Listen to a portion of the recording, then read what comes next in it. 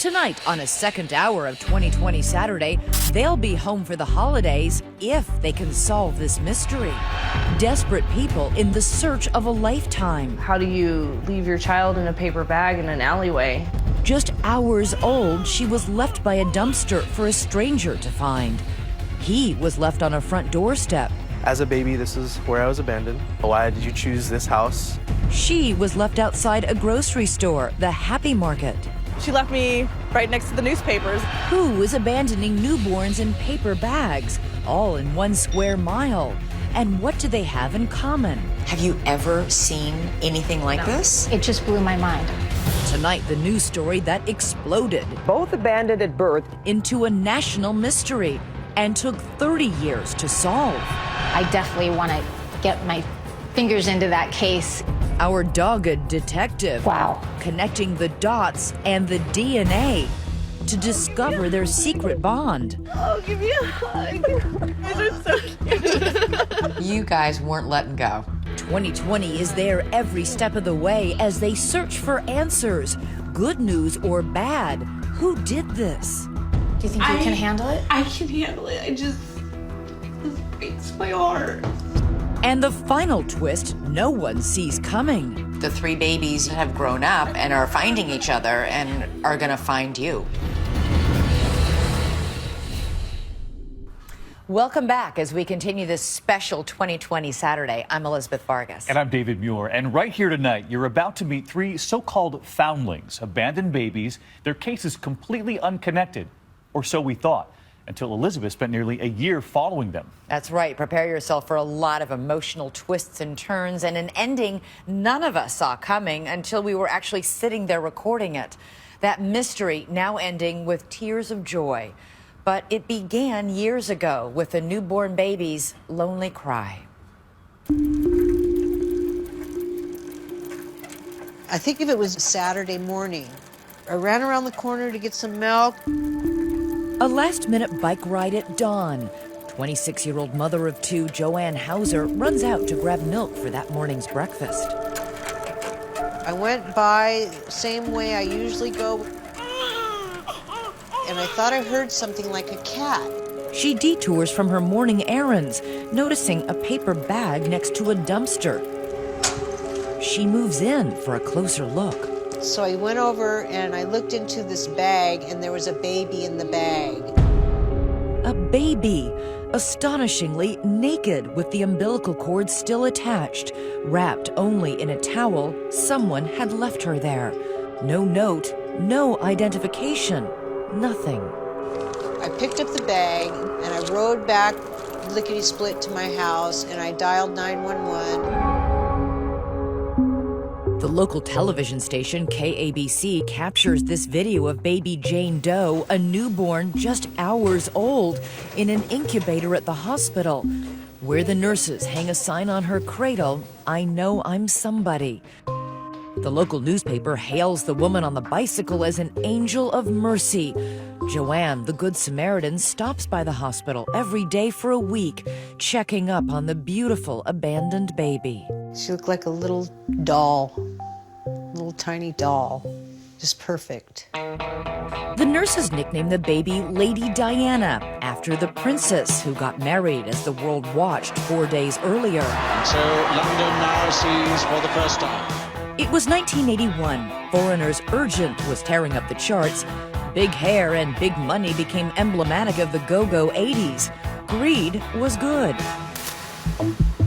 But there are no gilded mansions in this unassuming working-class community of Lawndale, California, clustered in the shadow of Los Angeles, where liquor stores dot the thoroughfares and Hawthorne Boulevard, where Baby Doe was found, held a gritty distinction back then.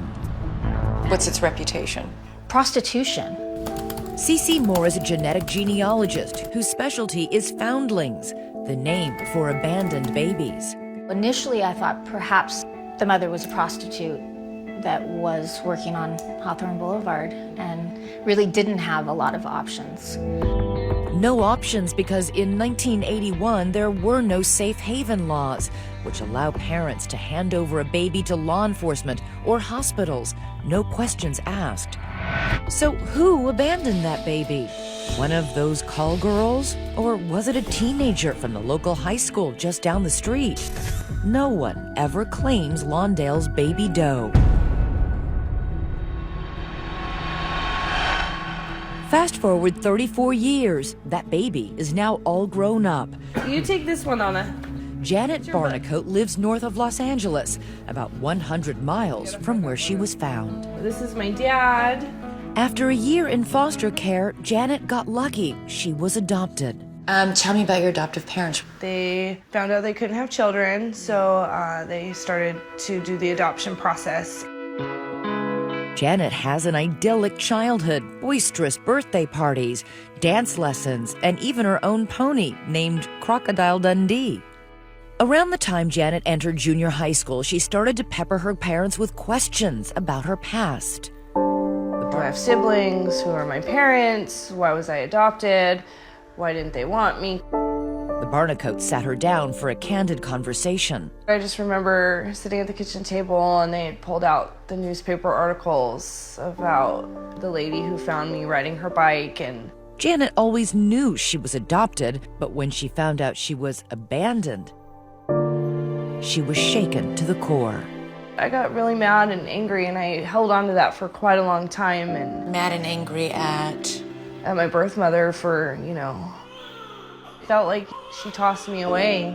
It was tearing me up inside, and I couldn't handle that anymore. And then you're gonna go G, rest. Janet is now mother to her 5 children. Once upon a time, once having my own children, you figure out what that natural true love is, and I just couldn't understand how she didn't have that for me. Because Janet is a foundling, she has no identifying information, no medical records, no birth certificate. It's a total blank slate. As far as identity, there's no history, there's no roots. Desperate for any clues, Janet turned to that 34-year-old newspaper article and comes up with a name. That Good Samaritan who found her in the paper bag, Joanne Hauser. She was my last connection to my birth mother. She uploaded a picture of herself holding a sign looking for that woman on the bike. I'm so excited. Hi. Oh. And that led to this emotional, heartfelt reunion with her guardian angel in 2013, all captured on video by a friend. She told me that I wasn't crying, more of like a whimper, and I imagine you also must have thanked her that day. oh, I did, yes. She could have just kept going, and I wouldn't be sitting here today. They became Facebook friends and agreed to stay in touch. But in terms of Janet's family tree, Joanne is a dead end, offering no clues about Janet's mysterious abandonment. The only other way that they can learn about their heritage and their birth families is DNA. She sends a saliva sample to Ancestry.com, and almost immediately, Baby Doe hits pay dirt, a notification she has a match. And I was like, what? Wait a minute. But not just any match, a match on her maternal side. It's a brother sharing the same mother. His name, Dean Hundorf. Elated, Janet looks him up on Facebook, and staring back at her is a mirror image of herself. And I was like, oh my goodness, it's a boy version of me. Well, that must have been a thunderbolt. I mean, to think all your life I will never know anything about my biological family. Now, boom. It was amazing. It was so great. When we come back, what's the bombshell about that brother's past that could be the biggest clue yet? It's an extraordinary thing for a mother to abandon one baby, but to abandon 2. Stay with us.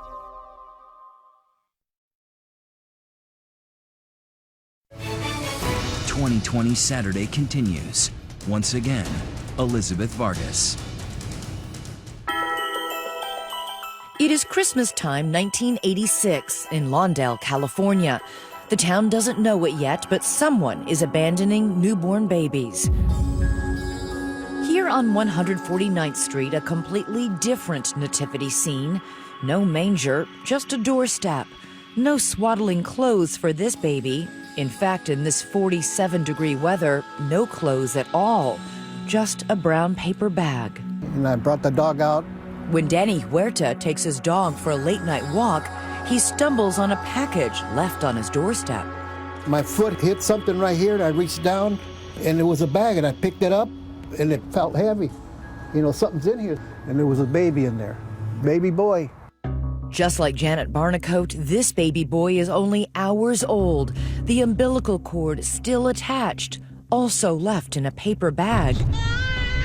Huerta's house is just more than a mile away from the alley where Janet Barnicoat was found as a baby 5 years earlier. Once again, a local news crew captures the footage of Deputy Timothy Kane arriving on the scene, carrying the little bundle to a nearby hospital. 29 years later, he remembers it like it was yesterday. It was extremely dark that night. It was cold. He appeared to be 2 to 3 hours old. You know, it's just a young baby, and, you know, nobody there to take care of it. And you wonder how somebody could leave a baby in a bag. Flash forward 29 years. Oh, wow, look at it. There it goes. That baby is a grown-up father with his own baby boy. Peekaboo! Dean Hundorf lives with his wife Adrian in Wisconsin. He's the long-lost brother Janet has found through DNA. Like his sister, Dean was also adopted by a loving family. Lots of kids who are adopted grow up with lots of questions. Absolutely. What were yours? I can remember one major thing that sticks out in my mind, what my ethnicity was. I was a big kid growing up, so my friends thought, you know, maybe I was Samoan or, you know, something like that. Trips to the beach, happy Christmas mornings, Little League games. Dean had a childhood to be envied, but nevertheless, he felt incomplete. I always was wondering where I came from, who my parents were, and, you know, I maybe tried to push it aside just to forget about it, but, you know, it was always there. When Janet and Dean begin to compare notes online, they realize not only are they both adoptees, but unbelievably, they discover they were both abandoned by the same mother. I said, yeah, I was abandoned at birth and I don't have any information about any of my family. And then that's when she said, well, you know, the same thing had happened to her. I imagine she did the same thing I did and was like, whoa, what's going on? A DNA detective for 16 years, genealogist Cece Moore, says the story of Janet and Dean may be a first. At that point, I had never seen it before. It's an extraordinary thing for a mother to abandon one baby, but to abandon two. Yeah, it's hard to imagine what her circumstances must have been. Dean flies 2,000 miles to Los Angeles to meet Janet for the first time. It is so extraordinary for two foundlings to be related and then find each other. The local news is there to cover it. Oh my God, I love you! What was that like to put your arms around your sister for the first time in your life? It was like we had known each other forever, and there was never, like, we never skipped a beat. It was a brother hug. You're so cute! Oh my God! Once again, Janet's on Facebook celebrating the new bond forged by blood. But that vexing question remains. What kind of mother abandons not one but two babies, just 5 years apart and a mile away from each other? In a case like this that's really unique, I definitely want to get my fingers into that case and try to do some detective work to see what I can find. Meanwhile, Dean is doing some detective work of his own. Just like Janet, Dean feels the need to go back to the people who found him. He lands on that doorstep once again, where he was orphaned. And there, another lucky break. I'm Danny. Danny. Hi. I'm Dean. The same family still lives there. Come on in. It's good to see you. As he did 29 years ago on this stoop, Danny Huerta takes Dean into his arms. Danny also spent the last 3 decades wondering what happened to that baby. This is the baby you and Dad found. Inside, Dean is introduced to Danny's family. I always wondered, where's that baby you found? And I says, can we keep him? They just, no, honey. I had a good life, but just recently I've wanted to, you know, get some answers. And in his honor, they have a warm surprise. We thought about you all your birthdays. We didn't forget. But as meaningful as it is to reconnect with the people from his past, none of them can provide any clues to Dean to how or why or who abandoned him at birth. Once again, Janet and Dean have hit a brick wall. The hunt for the biological mother became the priority. How did you help them make their first breakthrough? So when I work with people of unknown parentage, one of the most important things is that they utilize all the resources. Cece knows finding their birth mother is a long shot. She believes the only way they might do it is to widen the DNA net. So in addition to Ancestry.com, she adds their DNA to databases 23andMe and Family Tree DNA. That widens our pool from about 1 million people to about 2.5 million. We call it fishing in 3 ponds. And sure enough, they get a bite. Wow. Only not the bite they were expecting. I saw that they had another really close match. It's yet another sibling, a sister neither of them knew they had. And I was like, holy cow, are you serious? Surely this sister has answers. She must know who their mother is. No one abandons 3 babies, or do they? When I saw that in the middle of the night, I just was knocked off my chair. I mean, literally. The wheels instantly started turning. What's going on here? Stay with us.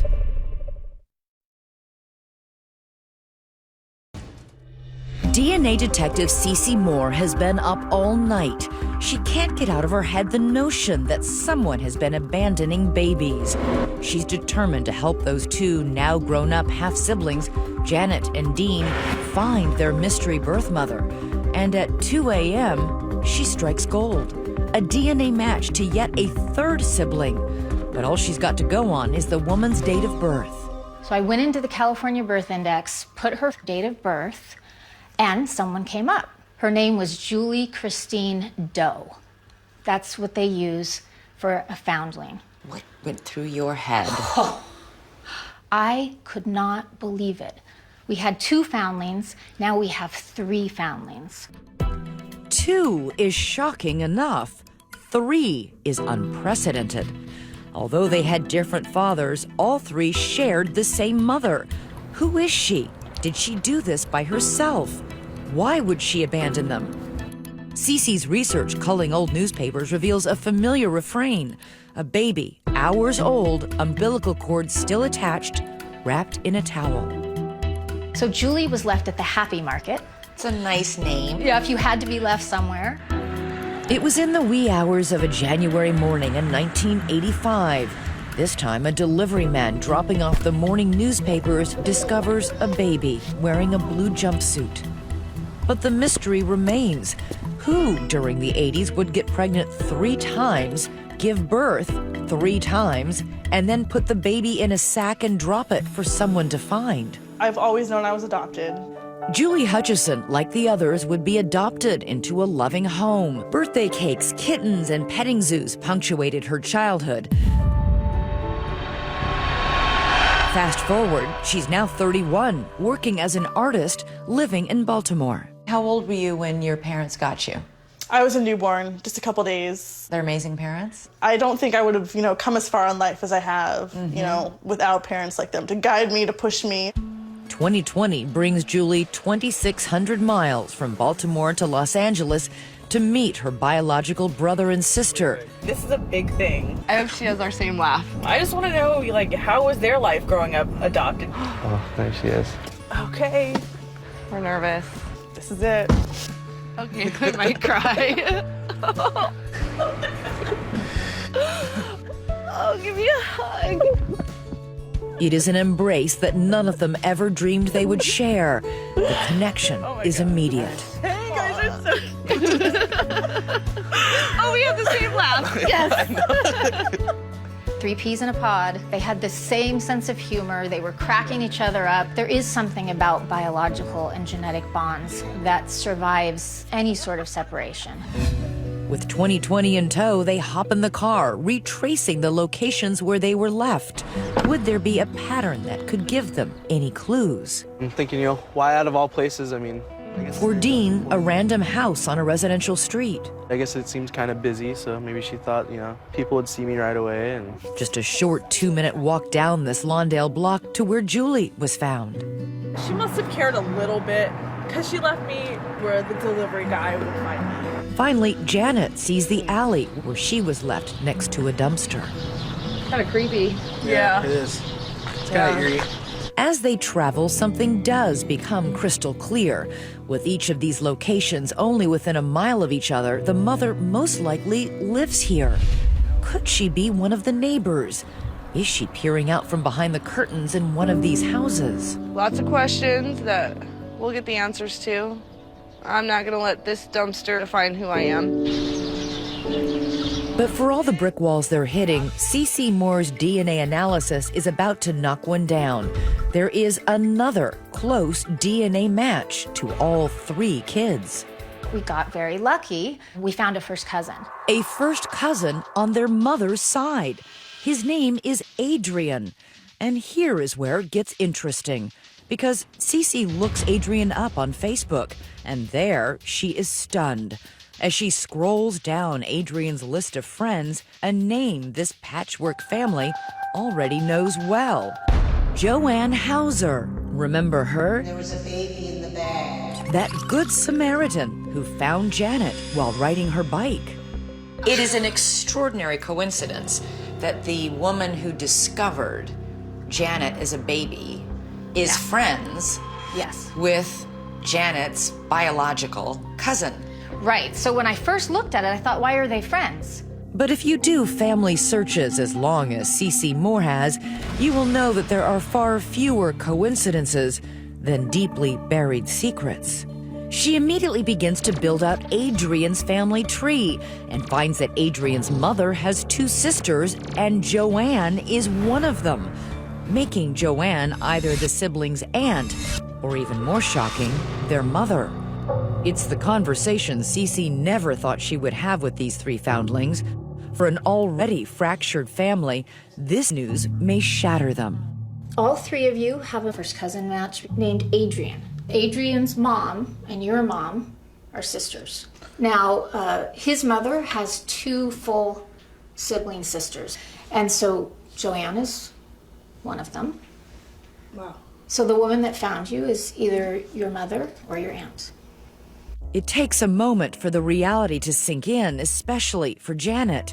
Then, an enormous sense of betrayal. Joanne either gave birth to them or her sister did, and she helped her cover it up. Either way, she was withholding vital information when she met Janet in 2013. I've met her. I sat in her house. Hi! Oh! Hugged her. This breaks my heart. I'm so sorry that we all had to go through, all this. Just the fact I sat in her house is what's eating me alive. Janet is furious and wants to confront Joanne. She has agreed to see us today. Wow. Yeah. Are you guys ready for this? I want some answers. A doorstep, a grocery store, a dumpster. Who left them there? Their aunt or their mother? After a long, arduous journey, the truth is now just one step away. Not 6 degrees of separation, we're down to 1. Stay with us. 2020 Saturday continues. Once again, Elizabeth Vargas. We are going to go in and talk to Joanne, the lady who found me. See if she can lead us in any direction. Joanne Hauser's moment of reckoning has arrived. The so-called Good Samaritan who said she rescued baby Janet from an alleyway is being paid a visit. 3 siblings, Janet, Dean, and Julie, are on their way over for a 6:30 meeting. As cliche as it sounds, it is a date with destiny. You must have been nervous as heck. I was scared, I was nervous. I was still, I think, a little angry, but I knew that we'd come this far. We might as well just keep going until the wheels fall off. Tense, nervous, Janet decides she should go in first. As you walked up to her doorstep that day, what's going on in your head? All I kept telling myself was, just please let her tell the truth. Cece Moore goes with her. Oh. Janet is finally sitting at the table with the woman who may have the answers to a lifetime of questions. Cece is thankfully there to break the ice. I've been working with Janet. There was a man named Adrian, your sister's son. Yeah. And he came out as Janet and Dean and Julie's first cousin. Oh, yeah. So that leads us back to you. Yeah. After more than 3 decades of harboring a dark secret, Joanne can hold it in no longer. Well, okay, I have something to say. Today I decided I better come clean. But I've been living with the guilt for so long. It's just a secret I've been carrying all these years, you know? And it's probably mind-boggling, but yeah, I did give birth to you. I knew it. Yeah. I just want you to know I'm not mad at you. I'm so sorry. I'm so sorry. I'm not mad at you. This is a monumental thing. Finally, the truth. A 34-year-old mystery is solved. Joanne wasn't her guardian angel. Joanne is her birth mother. And I know this has impacted your life and the life of It the other has, two. but I forgive you. I'm so I really do. I sorry. forgive you. How can you forgive me, though?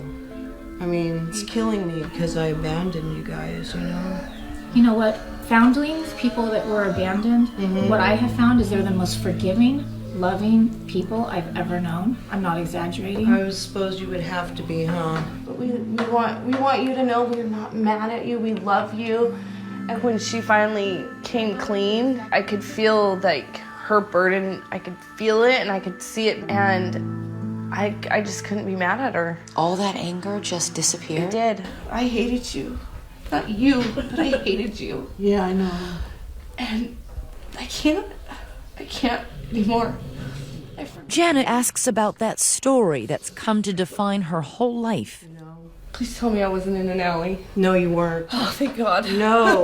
No, I just made the call and they came and I just made up a story. So Janet was never abandoned in an alley. It was all a ruse. But what about Julie and Dean? They're about to come face to face with their histories as well. They are here and they want to meet you. Where are they? Outside. Moments later, Dean and Julie appear at the door. Come. So, this is Julie. Hey! Julie, hi. The 2 children Joanne has not seen since they were born And this is Dean. Dean, oh my God. are reunited with their birth mother. As soon as I walked in there, my heart broke for her. Why? This is a woman who's been through so much. You know, I can't hate her. I just want you to know that I do love you. Yeah. Do you? Yep. We all do. He's the quiet one. For Dean, forgiveness comes hard. She just looked like a stranger to me. You know, she didn't There look. was no flicker of recognition? No. Not like you had with your own sisters? No. I can't imagine you've ever forgotten about us, right? Never. Harboring a secret has clearly taken a toll. They're about to learn just how big. It's been killing me all this time, and it's killing me now. No. It is not a figure of speech. Joanne recently suffered both a heart attack and a stroke. The timing was significant. It happened just as Janet, Dean, and Julie's odyssey was playing out on Facebook. And Joanne, a Facebook friend, was watching it all. Joanne watched Janet find Dean and then watched her find Julie. Can you imagine if you were Joanne, how you must have been feeling? I would think terrified might be one of the things, because at this point, the 3 babies you abandoned have grown up and are finding each other and are going to find you. It's like all over Facebook and everything. It's really killing me. I have to have open heart surgery within a few weeks. Oh, no. Yeah. The whole process from her meeting me to us finding Julie, I think it really did a toll on her. Miraculously, they've met their birth mother after endless searching, only to realize their time with her may be limited. What were the most important questions you needed her to answer? Did she love us? You loved us. Yeah. Yes. And I'm sure that I still was... do. Yeah. She said, oh God, yes. I still do. I'm so sorry. You're okay. Come here. When we come back, for the first time, the woman with a lifetime of secrets opens up to 2020. Why did she do this? How did she do this? Did she have help? Tell me what you were thinking. You're asking me these questions, and I would like to know the answer myself. Stay with us.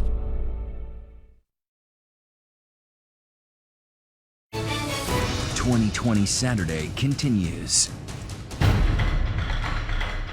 3 children have come to a home, a house they never grew up in, and to a mother they've never met. It was so tense that when the meeting was over, they are giddy with relief. But for Joanne Hauser, there is no relief, just shame, weighed down by the secret she alone knew about and never spoke about until now. There are people who hear this and can sort of wrap their heads around. Well, yeah, and that's why I didn't... doing it once. Yeah. But 3 times, right. I didn't want to do this because I would be here with you and I would be on TV and everybody's going to know. Joanne came of age in the 60s. She dropped out of college and embraced the LA party scene. We were partying all the time, smoking pot and drinking. At 22, Joanne marries and has 2 boys, but the marriage quickly crumbles.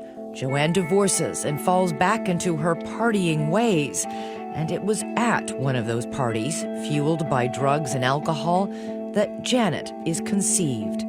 Joanne, broke, single, unemployed, keeps the pregnancy a secret. How did you hide it, Joanne? I mean, Well, I'm big. I mean, look at me. You know? Nobody ever said, hey, you're looking a little... They're looking a little heavy there. No. Joanne would not tell a soul.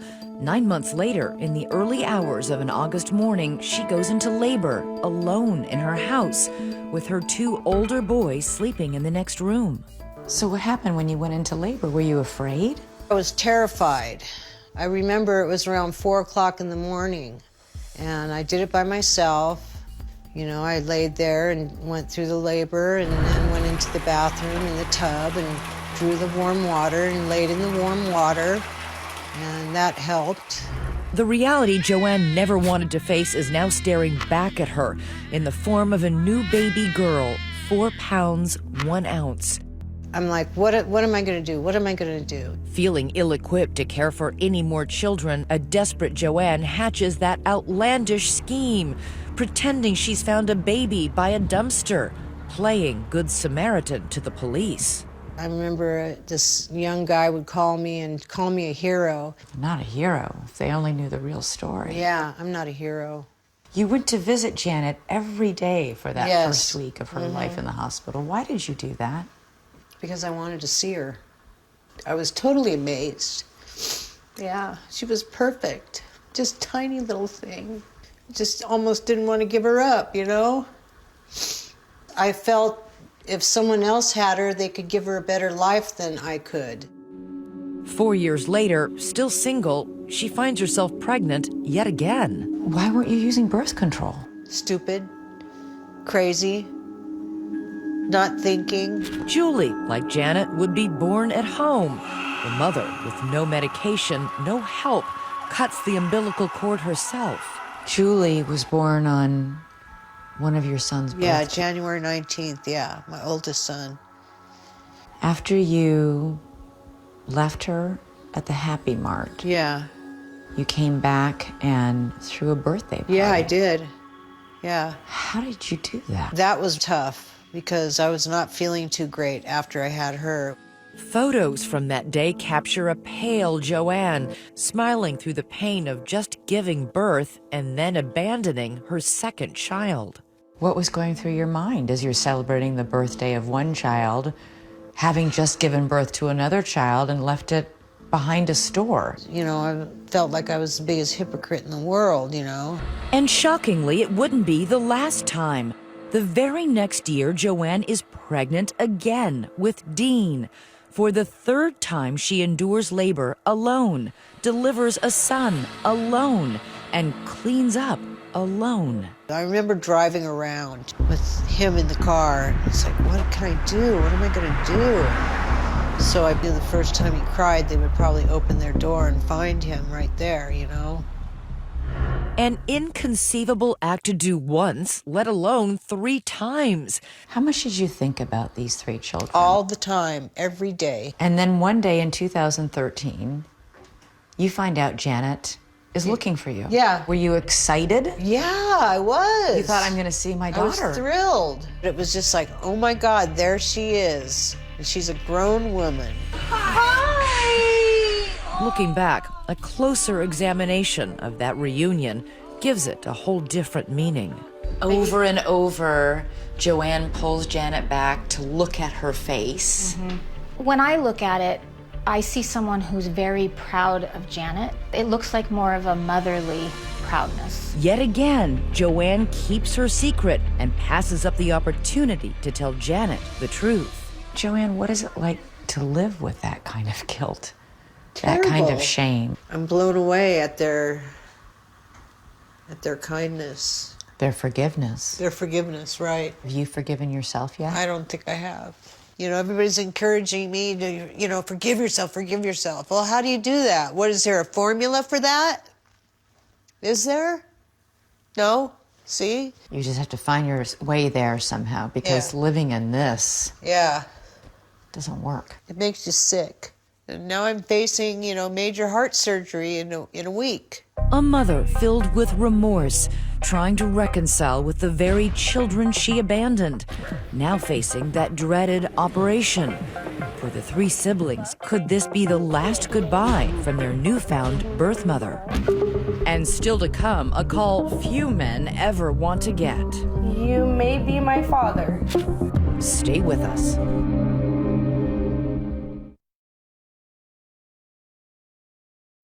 It is 5 o'clock in the morning, and I'm here at the hospital because my biological mom is having heart surgery. Did you get any sleep last night? A little bit.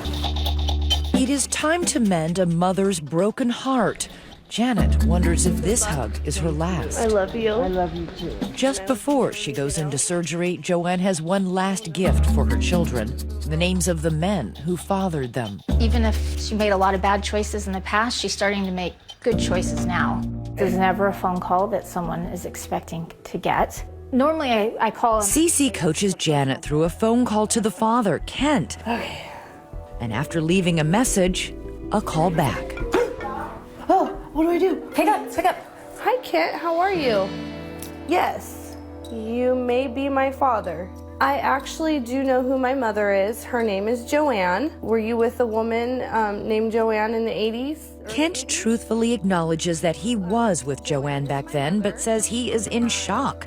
He's just trying to take it all in. I couldn't imagine what you would be going through with a phone call from someone random. Hey, I'm your daughter.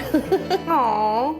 But then something unexpected. Choking back tears, he tells Janet he always wanted a little girl. Bye-bye. Oh, that broken heart. He's crying. A few days later, father and daughter meet for the first time. Oh, It's so good to see you. me too. I love you like my little girl. Little did Kent know he's also a grandfather. And Janet wasn't the only one who got to meet her birth father. Julie meets her birth father, Bobby. Hi. Yes. Nice to meet you. Wow, you do look like my mom. Who immediately takes out a photo of his mother. There is a striking similarity. That's scary how much I look like her. After an afternoon of catching up on a lifetime, Oh, it's really nice to meet you. goodbyes, and promises to keep in touch. But Dean's reunion with his father is not to be, at least not yet. Even though Dean has his name, he can't find him. Could he be watching tonight?